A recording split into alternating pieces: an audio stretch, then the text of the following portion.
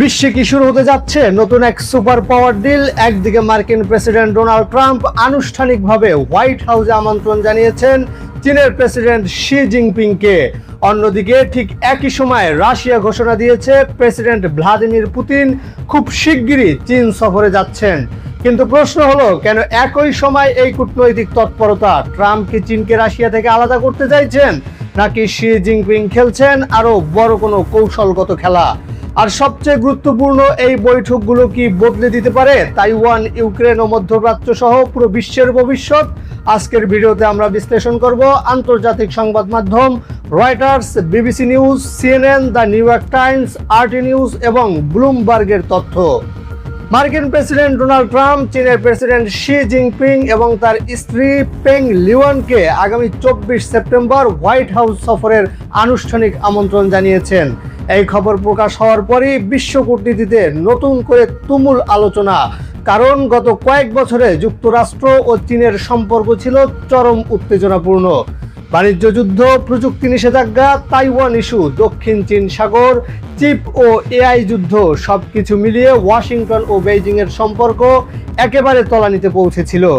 কিন্তু এখন হঠাৎ করেই ট্রাম্পের এই আমন্ত্রণ কেন? বিশ্লেষকরা বলছেন এটি শুধু একটি কূটনৈতিক সৌজন্য নয়, বরং এর পেছনে রয়েছে বড় ধরনের ভূরাজনৈতিক হিসাব। আন্তর্জাতিক সংবাদ মাধ্যম রয়টার্স এবং ব্লুমবার্গ বলছে ওয়াশিংটন এখন চীনের সঙ্গে সম্পর্ক ম্যানেজ করতে চাইছে। কারণ বর্তমানে আমেরিকা একসাথে কয়েকটি বড় সংকটে রয়েছে: ইউক্রেন যুদ্ধ, মধ্যপ্রাচ্যের অস্থিরতা, তাইওয়ান সংকট, অর্থনৈতিক প্রতিযোগিতা, এআই ও চিপ যুদ্ধ। বিশেষজ্ঞদের মতে ট্রাম্প চাইছেন চীনের সঙ্গে সরাসরি আলোচনা করে উত্তেজনা কমাতে। আর এ কারণেই হোয়াইট হাউস সফর হতে পারে সাম্প্রতিক সময়ে সবচেয়ে গুরুত্বপূর্ণ বৈঠকগুলোর একটি। ঠিক একই দিনে রাশিয়ার পক্ষ থেকে আরেকটি বড় ঘোষণা আসে। ক্রেমলিনের মুখপাত্র দিমিত্রি পেসকভ জানিয়েছেন রুশ প্রেসিডেন্ট ভ্লাদিমির পুতিন খুব শিগগিরই চীন সফরে যাচ্ছেন। রাশিয়ান সংবাদ মাধ্যম আরটি নিউজ এই তথ্য প্রকাশ করার পর আন্তর্জাতিক অঙ্গনে নতুন প্রশ্ন তৈরি হয়েছে। কারণ বর্তমানে চীন ও রাশিয়ার সম্পর্ক আগের যে কোনো সময়ের চেয়ে ঘনিষ্ঠ। ইউক্রেন যুদ্ধের পর পশ্চিমা নিষেধাজ্ঞার মুখে রাশিয়া ব্যাপকভাবে চীনের দিকে ঝুঁকেছে। অন্যদিকে চীনও যুক্তরাষ্ট্রের বিরুদ্ধে কৌশলগত ভারসাম্য তৈরি করতে মস্কোকে গুরুত্বপূর্ণ অংশীদার হিসেবে দেখছে। বিশ্লেষকদের সবচেয়ে বড় প্রশ্ন, এখন ট্রাম্প কি চীনকে রাশিয়া থেকে আলাদা করার চেষ্টা করছেন?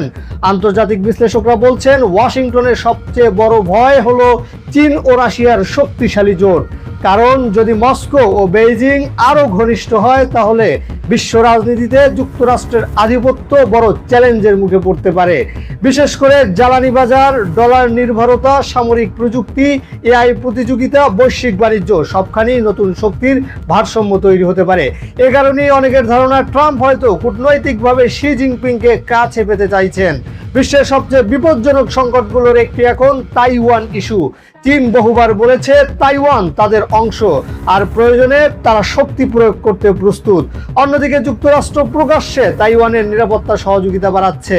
সিএনএন এবং বিবিসি নিউজের বিশ্লেষণ অনুযায়ী হোয়াইট হাউস বৈঠকে তাইওয়ান ইস্যু বড় আলোচনার বিষয় হতে পারে। কারণ একটি ভুল সিদ্ধান্ত থেকেই শুরু হতে পারে ভয়াবহ সংঘাত। শুধু রাজনীতি নয়, এই বৈঠকের সঙ্গে জড়িয়ে আছে ট্রিলিয়ন ডলারের অর্থনীতি। চীন বিশ্বের সবচেয়ে বড় উৎপাদনশীল অর্থনীতি, আর যুক্তরাষ্ট্র বিশ্বের সবচেয়ে বড় ভোক্তা বাজার। এই দুই দেশের সম্পর্ক খারাপ হলে পুরো বিশ্ব অর্থনীতি কেঁপে ওঠে। বিশেষ করে ডলার বাজার, তেলের দাম, প্রযুক্তি খাত, উৎপাদন, বৈশ্বিক শেয়ার বাজার সবখানেই প্রভাব পড়ে। দ্য নিউ ইয়র্ক টাইমস জানিয়েছে ব্যবসায়িক মহলও এখন চাইছে দুই দেশের সম্পর্ক কিছুটা স্থিতিশীল হোক। অনেক বিশ্লেষক এখন বলছেন বিশ্ব ধীরে ধীরে এখন নতুন এক কোল্ড ওয়ারের দিকে যাচ্ছে। একদিকে যুক্তরাষ্ট্র ও তার মিত্ররা, অন্যদিকে চীন রাশিয়া জোট। এই দুই ব্লকের প্রতিযোগিতা এখন শুধু সামরিক নয়, বরং প্রযুক্তি, অর্থনীতি, এআই, মহাকাশ ও জ্বালানি পর্যন্ত ছড়িয়ে গেছে। আর এ কারণেই শি জিনপিং এর হোয়াইট হাউস সফর এবং পুতিনের চীন সফর দুটো ঘটনাই অত্যন্ত গুরুত্বপূর্ণ। তাহলে দর্শক, আপনার কি মনে হয় ট্রাম্প কি সত্যি চীনের সঙ্গে সম্পর্ক স্বাভাবিক করতে চাইছেন, নাকি এটি রাশিয়া চীন জোট দুর্বল করার কৌশল?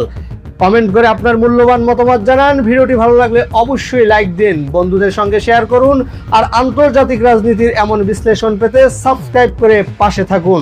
দেখা হচ্ছে নতুন কোনো আপডেট নিয়ে। সে পর্যন্ত সবাই ভালো থাকুন, সুস্থ থাকুন এবং নিরাপদে থাকুন।